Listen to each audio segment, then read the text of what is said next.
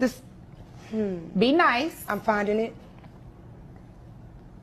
It take you that long to find it? It does.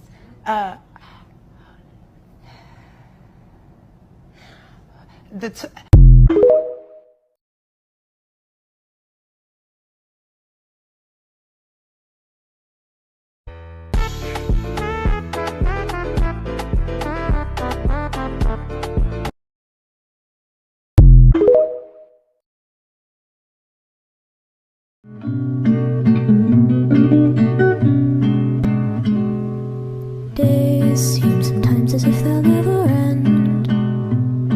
Sun takes its heels to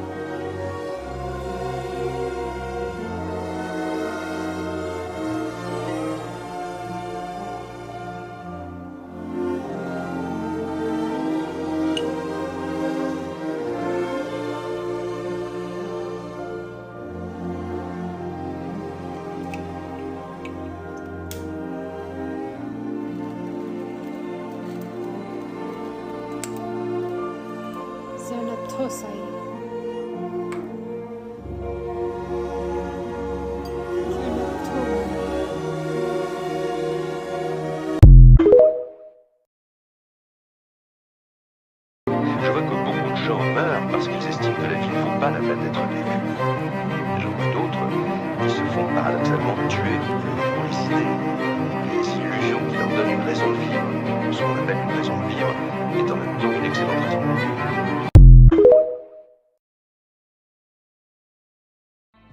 remember, this is not just a story. This is our future.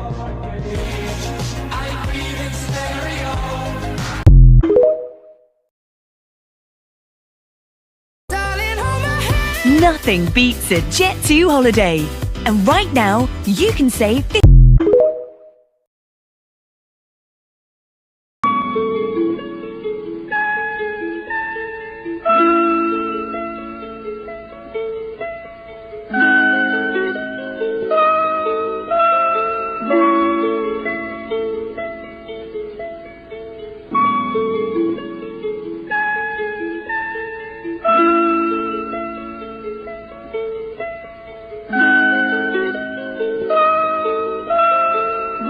I remember one time I was talking about Poseidon and someone's like, oh, so you read Percy Jackson and, the thing is, murder isn't okay in most situations, but sometimes you gotta make an exception, if you know what I'm saying.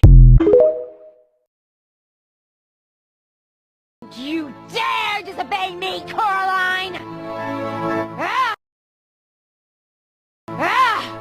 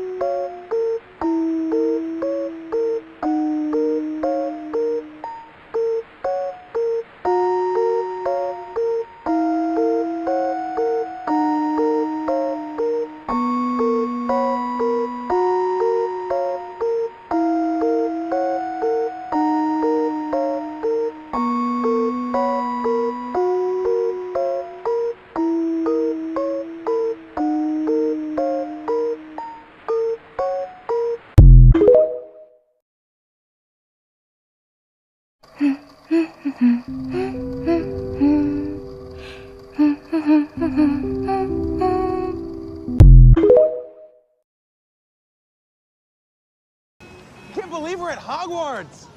No, that's Buckingham Palace. Hogwarts is fictional. Do you know that? It's important to me that you know that.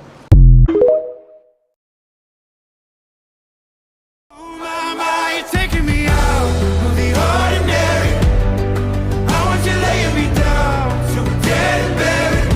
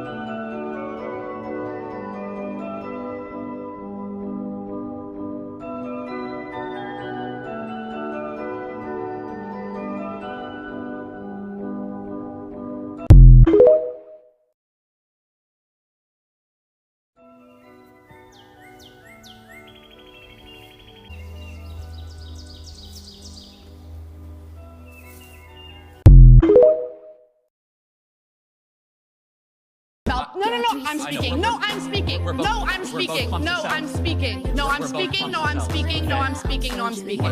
No, I'm speaking. Thank you.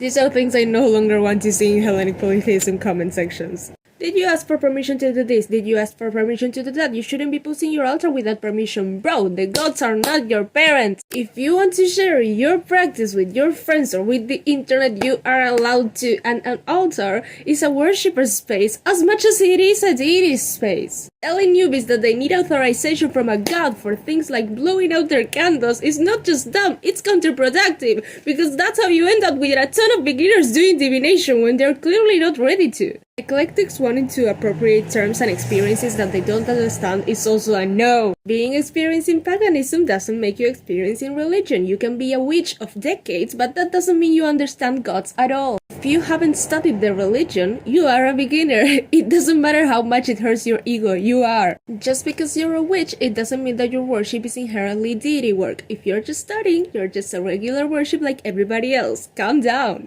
People claiming that the gods told them that they like this, that they hate this, that they have certain opinions on human things like politics. You do not speak for the gods, you're not a priest, you're not an oracle, stay in your lane. You may know divination and you may know your deities, but the thing is, the god you worship is the same gods I worship, the same gods everybody else is worshipping within this community. So it is not the same to talk about the opinions or personalities of a certain spirit, entity, a goblin, one of your ancestors than it is to say that about gods. And if even oath-sworn devotees and god spouses cannot, should not, and do not speak for the gods as a matter of objective truth, a worshipper of 4 months doing it seems kinda weird. This is especially targeted at the person who came into my comments to claim that Artemis had told them that she's a lesbian and she feels comfortable with that term, and also to the person who claimed that Apollo had told them that he's autistic. As an autistic lesbian, I'm calling bullshit. The usage of every practice is personal and the gods do not get mad or the gods are above human matters as an excuse to just do whatever. Yes, every practice is personal, but there are certain guidelines that you gotta stick to. And yes, it's very rare for a god to actually get upset at a worshipper, but why is the perspective of angering a god the only thing that's keeping you from disrespecting them? It's giving Christians only being good people because they're afraid of hell. It's giving those friend groups who treat one friend like garbage because, oh, they never get upset, they're so patient. We respect them because we want to respect them, because we feel genuine respect and veneration for them. And if you do not, I don't know why the hell you want to be religious in the first place. I cannot make altars, I cannot make offerings. Yes, you can! Seriously, I think a lot of beginners have this concept of what an altar is as like a big piece of furniture with a ton of pretty stuff and clutter on it. Your altar can be ugly as fuck. I'm serious. An altar is just a dedicated space with offerings. That's it. You know what? I'm gonna make an altar right now just to show you. This is like a box of perfume. A little jar of water. Boop. Some coins. Boop. A bracelet and a written prayer. There, I made an altar. Seriously, it is so not complicated, so not expensive, so doesn't have to take a lot of energy out of your day if you are depressed or struggling with any chronic illnesses or whatever it is, and there's a ton of ways to do it subtly in the case that you have to keep your religion a secret. Recommending divination to beginners. Duh, I always talk about this. I hate it. Let's prioritize the foundation, not the details. Why are you building a guest playroom if you don't even know where you're gonna sleep? Also, the use of devotee as a synonym for worshipper. It's not. And if you've just started, you're not a devotee. And you're also not working with any gods. That's all. I love y'all. Good day. I'm Bob the Necromancer, and today we're doing an unboxing.